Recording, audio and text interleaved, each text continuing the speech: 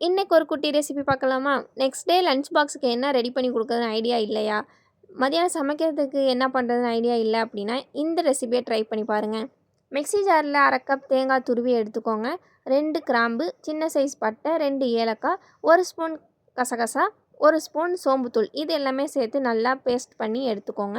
வாணல்ல எண்ணெய் ஊற்றுனதுக்கப்புறம் வெங்காயம் நல்லா வதக்கி எடுத்துக்கோங்க. வதக்குனதோடையே பச்சை மிளகா, அப்புறம் இஞ்சி பூண்டு கருவேப்பிலை இது 3யுமே சேர்த்து தக்காளியும் ஆட் பண்ணி நல்லா வதக்கி எடுத்துக்கோங்க.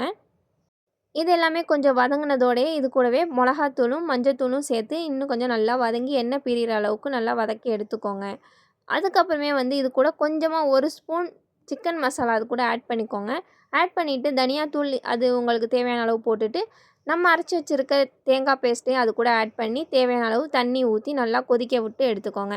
கொதிக்க விட்டு எடுத்ததுக்கப்புறமே எத்தனை முட்டை உங்களுக்கு தேவையோ அந்த முட்டையை உடச்சி ஊற்றி நல்லா முட்டை வேகிற அளவுக்கு கொஞ்சம் சிம்மில் வச்சு குக் பண்ணி எடுத்துட்டிங்க அப்படின்னா முட்டை கிரேவி ரெடி ஆகிடுச்சு.